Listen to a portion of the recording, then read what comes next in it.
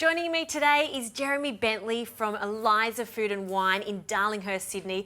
Oh, you're going to be making your very famous brulee. Not your average brulee, right? No, not an average brulee. It's a very delicious brulee. Oh, I like that. But you don't have any fresh berries for this? No, we have tea. So we've got a dried Earl Grey tea. Okay, yeah. And then we've got berry tea. So we've got dried raspberries. Let me have a smell of that. Boysenberries, strawberries, all the berries in there. They've been dried out and added with a little bit of black tea. So let's get started. Okay. So we're going to make a custard, and we need lots of eggs for a custard. So we need 14 yolks. I see you brought out the family pack. We did, yeah. So if you want to start cracking them, and I'll get on with the cream and the milk. So we're going to pop on the stove. Okay. So what we're going to do is we're going to heat our milk and heat our cream, and we'll put the tea in to infuse the tea flavour. Okay. So we're going to start with the berry and with the Earl Grey. So I'll give that a little whisk there. And also with this cream, you don't want to boil it too rapidly. It wants to come just to the boil, and then we take it off and then we pop it over the egg. It smells fantastic. Yeah, I can you really actually smell that tea, can't you? And I the berry can coming through. Yes. So, okay. Alrighty, so if you want to whisk the sugar into the eggs. Sure can. So just cast a sugar, and give that a really good whisk. Yeah. And this doesn't have to go thick and pale, does it? No. All we're doing is really just combining it together. Sure thing, Yep, that consistency looks perfect. You can take the whisk out. Great. And I'll get the cream that we've taken just to the boil, because we don't want to boil this too rapidly. Right, yep. Don't want to split the cream or the milk. No.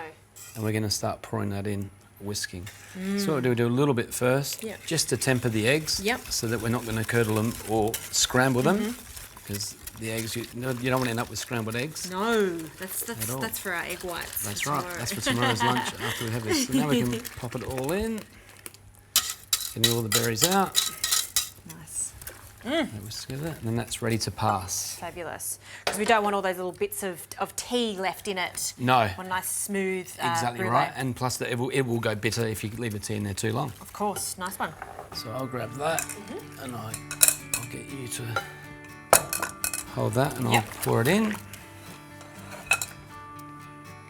So the next stage is to quickly cool down the brulee, so we want it to stop cooking. Okay. Stop the process, so we're going to put that over a water bath. Then in it goes. In it goes. So you don't want to be putting this directly into the fridge, you want to slowly cool it down. Cool it, yeah. We'll also put a little covering on top, just so that we don't get any skin. Skin. All right, so that can be put to the side, and we'll wait for that to cool down before we put them into the moulds. But you've got another little surprise with this to go with our brulees. Yeah. What's next? So now we're going to make rhubarb compote. So it's lovely rhubarb. We need to peel it first, and we're going to make a little glaze. So basically all the colour in the rhubarb is in the skin. It really does bleed out, doesn't it, after a while? Yeah. So I might get you to chop those for me while I keep peeling. Okay, just roughly? Just roughly, yeah. You want them all basically the same size. Okay, I'll cut that in so half. So they all cook evenly. Nice one. Yeah. And I just keep thinking of the flavours. There are quite a lot of flavours in here. We've got Earl Grey, we've got berry, rhubarb, and I see there's some apples too. But it all comes together nicely, doesn't it? Absolutely, yeah. So as I said before, a lot of the flavour and the colour will come out of these skins. So we're going to make a little glaze out of that. We'll pop that in the pot. And then we've got some sugar, basically stock syrup. So it's equal quantities of sugar and water. Yep. So we'll pop that in there. Nice. Now we'll pop that here, and I'll get you to grab the apples. Okay. So 2 Granny Smith apples. 2 Granny Smith peeled, and then grate those down. Okay. I'll pop the stalks into the pot. All right, well, I'll keep grating these apples because you're keeping me very busy here in the kitchen. The sugar for the compote, and I guess we'll just wait for the syrup to cook down and our beautiful compote to be finished, and then we're probably ready to start cooking our creme brulees. Absolutely. Nice one.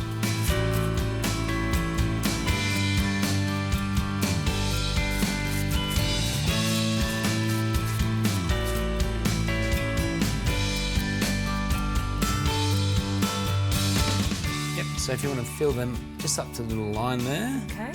And then we'll grab the water. And that's for the bain-marie? For the bain-marie. So we're going to put a little bit in, just below halfway up on the ramekin, and then we'll cover it with foil and then pop it into the oven. And how long are we cooking these for? So these we're going to cook for about 1.5 hours to 2 hours. And then we're going to chill them before we brulee them. Yummo!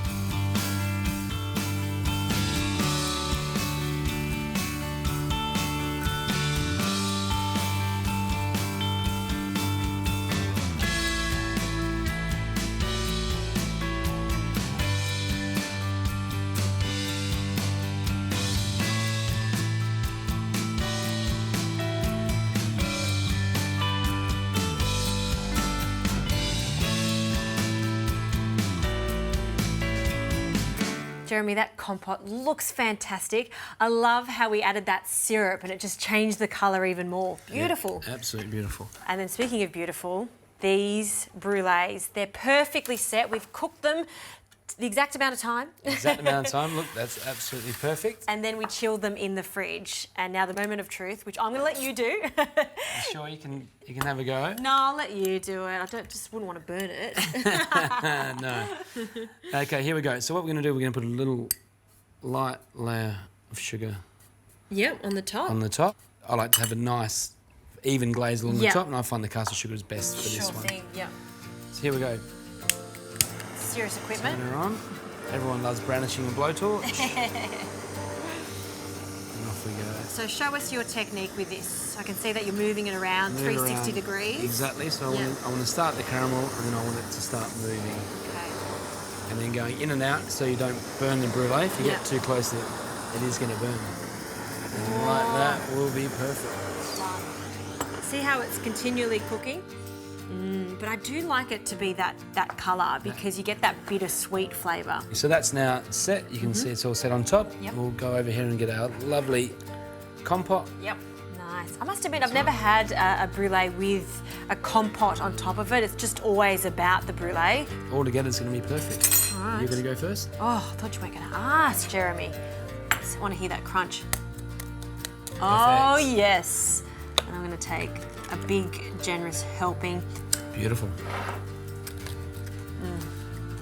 Jeremy, that is, I'm going to call it, one of the best brulees I have ever had.